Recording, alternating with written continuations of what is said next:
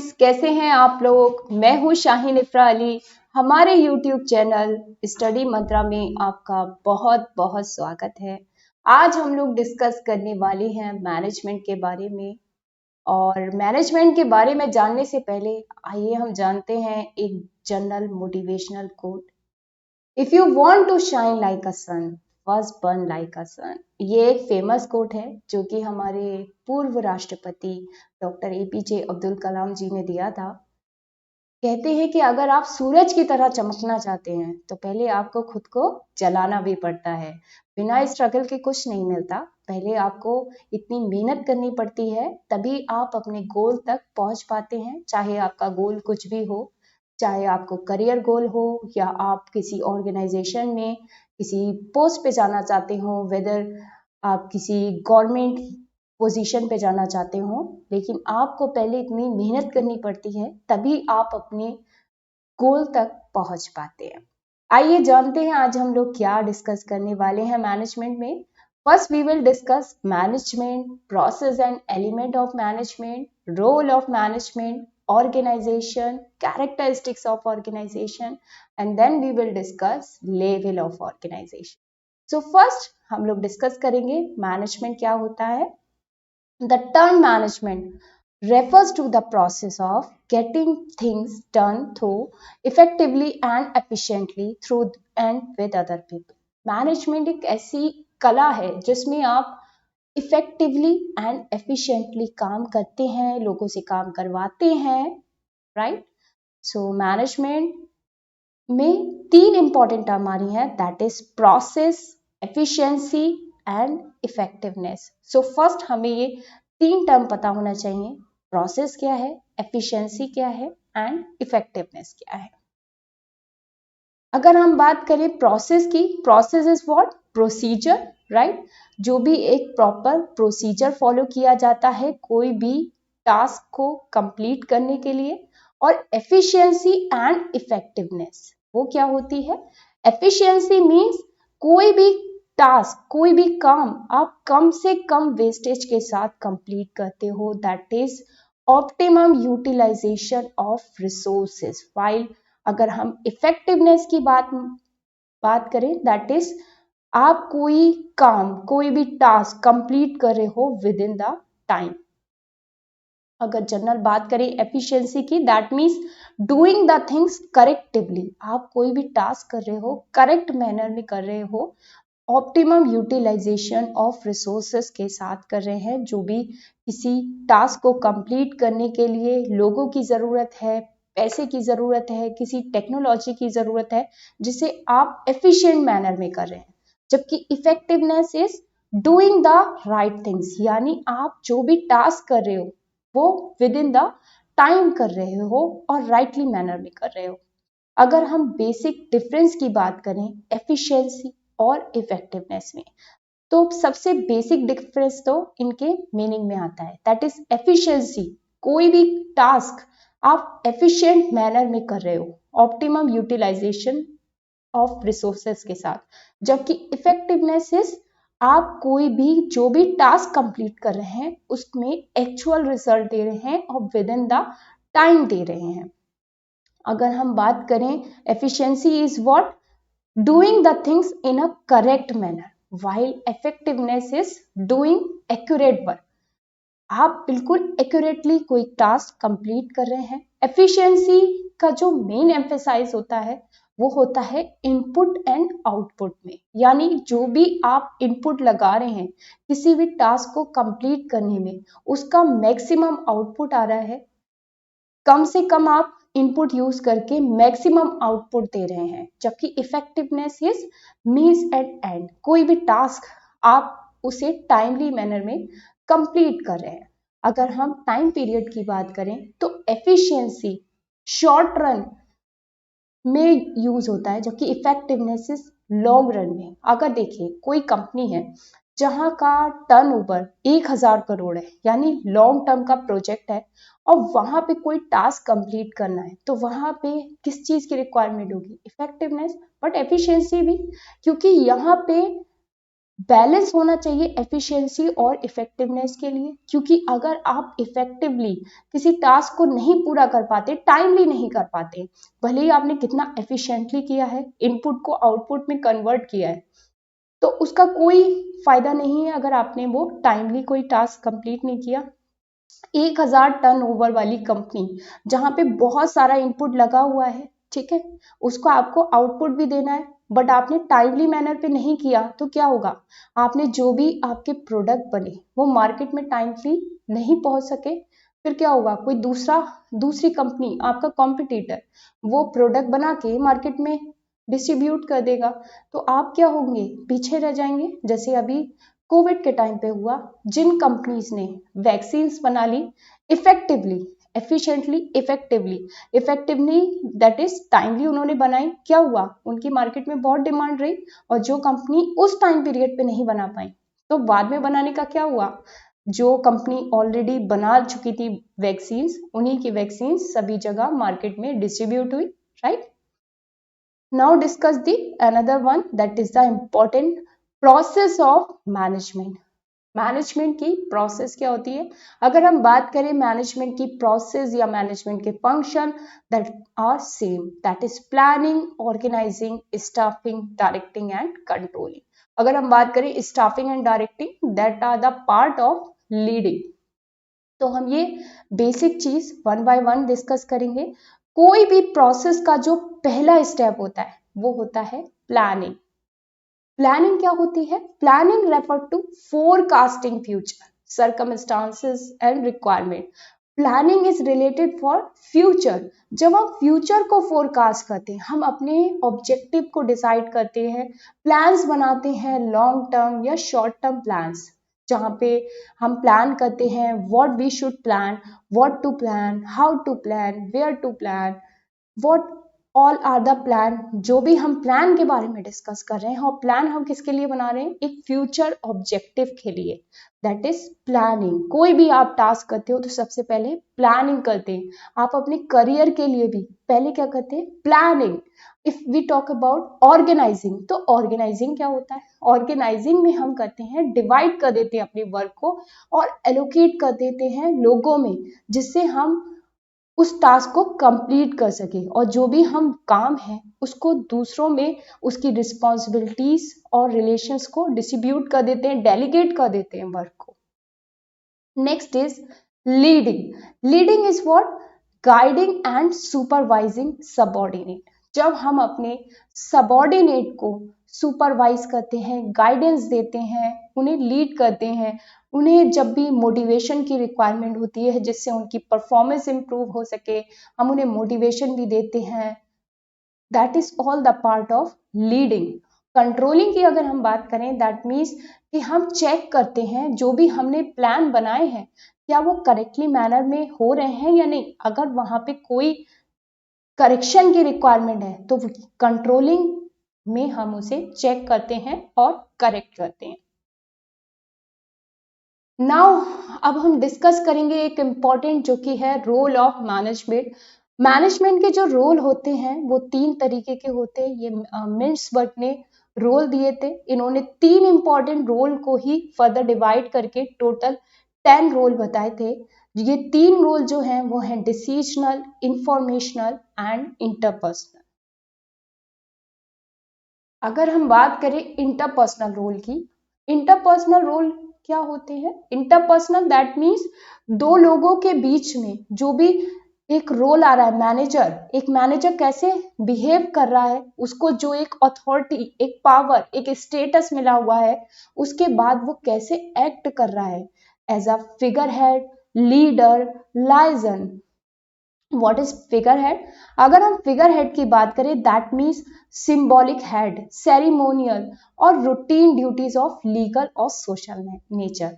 यानी जब एक मैनेजर कहीं पर ऐसा विजिटर, कहीं पे कोई लीगल डॉक्यूमेंट साइन करना हो, कहीं पे ऐसे जाना हो जहां वो ऑर्गेनाइजेशन को रिप्रेजेंट करता है, यानी वो ऑर्गेनाइजेशन का एक सिंबॉलिक हेड होता है, that is figure head. Figure होती है, जैसे कहीं भी आप लोग देखते होंगे एक इमेज जो प्रेजेंट करता है।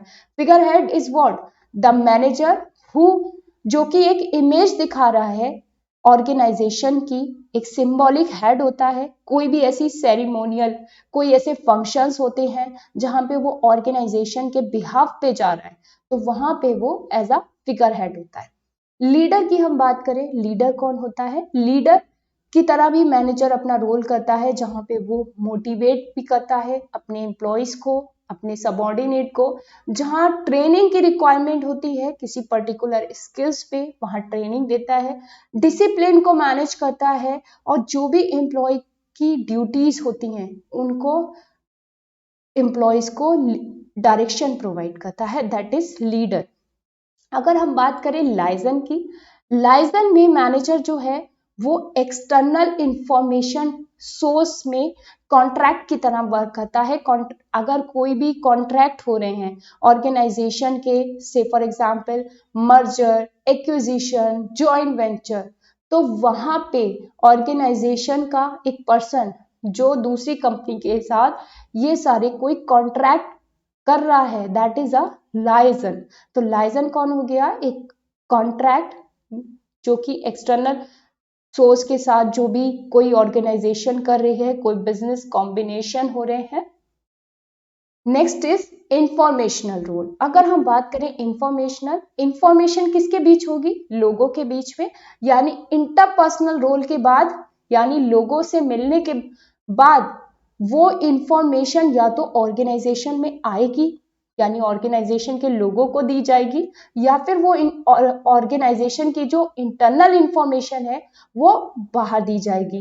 तो यहाँ पे जो मैनेजर है, या तो वो इंफॉर्मेशन बाहर से अंदर लेके आ रहा है ऑर्गेनाइजेशन में, या ऑर्गेनाइजेशन की इंफॉर्मेशन बाहर दे रहा है।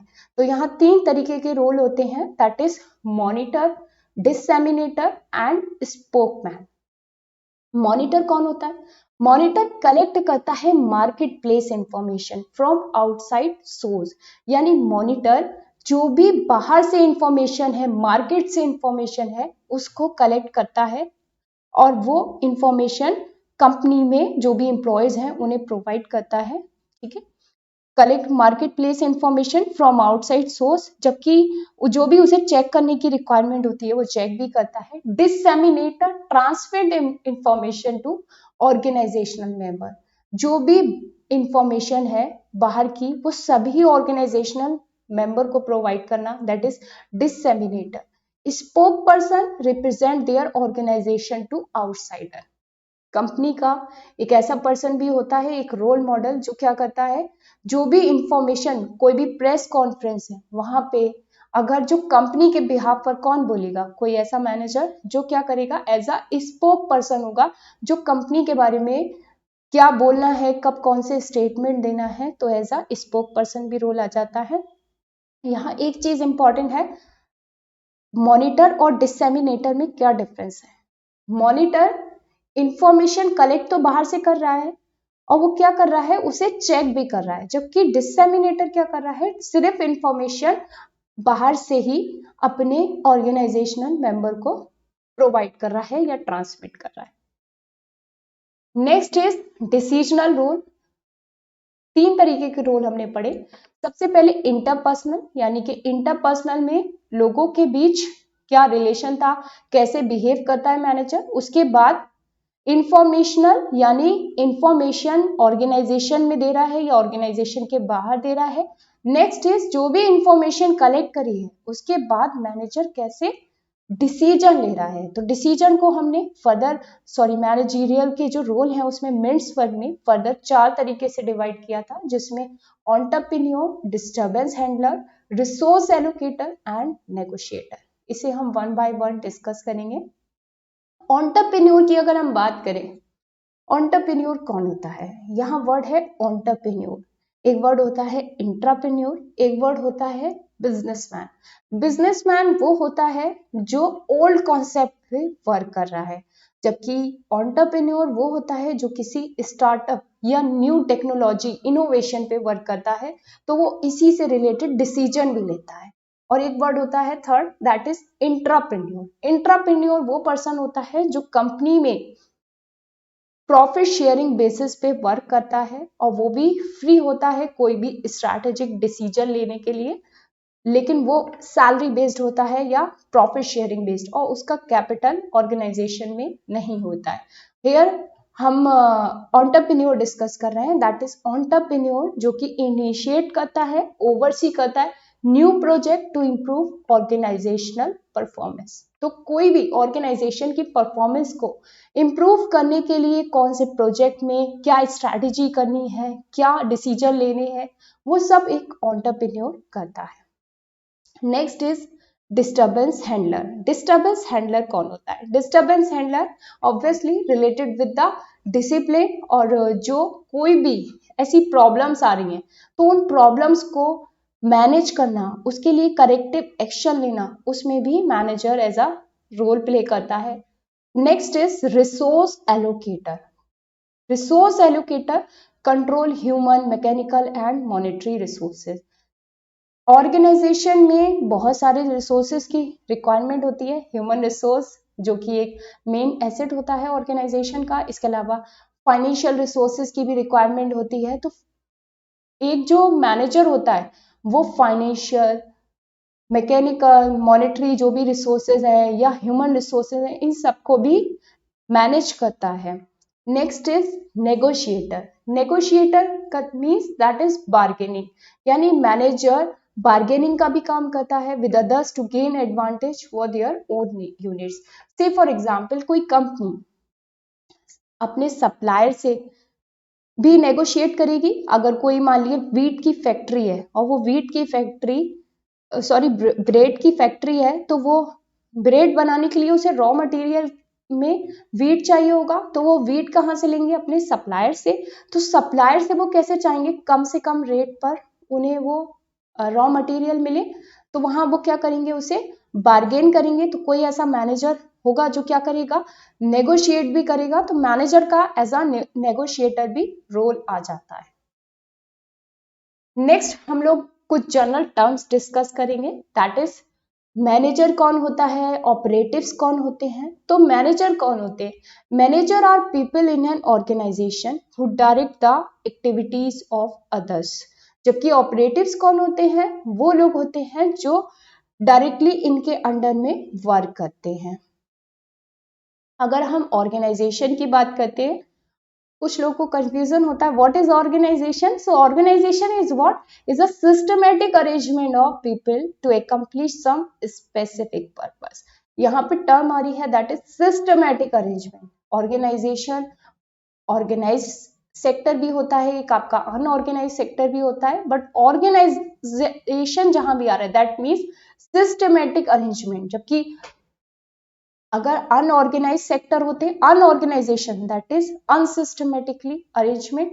तो ऑर्गेनाइजेशन में जो लोग काम करते हैं अपने एक स्पेसिफिक पर्पस के लिए, और वो एक कॉमन पर्पस होता है, एक ऑर्गेनाइजेशन का गोल होता है जिसके लिए वो लोग काम करते हैं। सिस्टमेटिकली अरेंजमेंट होता है लोगों का, जिसमें एक प्रॉपर लेवल्स होती हैं मैनेजमेंट लोगों की, जहां पे मैनेजमेंट होता है top, middle, lower, which we have already discuss the basic things.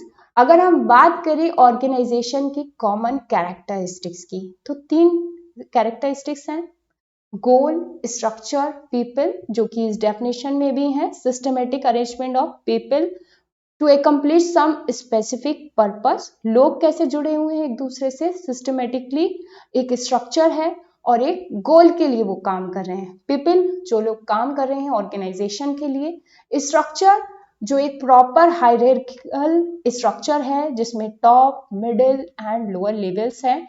और गोल क्या है? गोल ऑर्गेनाइजेशन का गोल होता है जो एक स्पेसिफिक पर्पस होता है जिसके लिए ऑर्गेनाइजेशन में लोग काम करते हैं। अब अगर हम बात करें लेवल्स ऑफ ऑर्गेनाइजेशन की, तो ऑर्गेनाइजेशन की 3 लेवल्स होती हैं basically, top, middle and lower. जो फर्स्ट लाइन मैनेजर्स होते हैं वो मिडिल मैनेजर और operative employees that is low level के बीच में ही उन्हें डायरेक्ट करते हैं। जो लोअर लेवल को सुपरवाइज कौन करता है? एक ये पिरामिड होता है लेवल्स ऑफ एन ऑर्गेनाइजेशन का, जिसमें ऑपरेटिव एम्प्लॉयज को ऊपर उनके फर्स्ट लाइन मैनेजर सुपरवाइज करेंगे, फर्स्ट लाइन मैनेजर को सुपरवाइज मिडिल मैनेजर करते हैं और मिडिल मैनेजर को टॉप मैनेजर करते हैं। और कैसे करके ये लोग काम करते हैं। टॉप मैनेजर जो है उनके सबॉर्डिनेट मिडिल मैनेजर हो जाते हैं, मिडिल मैनेजर में first line manager, and then first line manager के जो सबॉर्डिनेट में हो गया वो ऑपरेटिव एम्प्लॉयज होते हैं। ये जो top middle first line managers होते हैं सुपरवाइज बोथ, फर्स्ट लाइन जो मैनेजर होते हैं वो सुपरवाइज करते हैं ऑपरेटिव और लोअर लेवल मैनेजर दोनों को। फर्स्ट लाइन मैनेजर्स जो होते हैं उन्हें ही सुपरवाइजर कहा जाता है, और जो मिडिल मैनेजर होता है उसमें आते हैं किसी भी ऑर्गेनाइजेशन के डिपार्टमेंट हेड, जिसमें जो भी डिस्ट्रिक्ट मैनेजर हो गए, डिवीजन मैनेजर हो गए, प्रोजेक्ट लीडर हो गए, डीन हो गए। और अगर हम टॉप मैनेजर की बात करें तो टॉप लेवल में आपके आते हैं CEO, that is chief executive officer, chief financial officer and chief operating officer, या कहीं president, vice president, chancellor, MD, वो सभी टॉप मैनेजमेंट का पार्ट होते हैं। So that's all for today. ऐसे ही एक पूरी हम सीरीज बनाएंगे जिसमें मैनेजमेंट के बारे में रहेगा, और मैं उम्मीद करती हूँ आपको ये वीडियो अच्छी लगी होगी।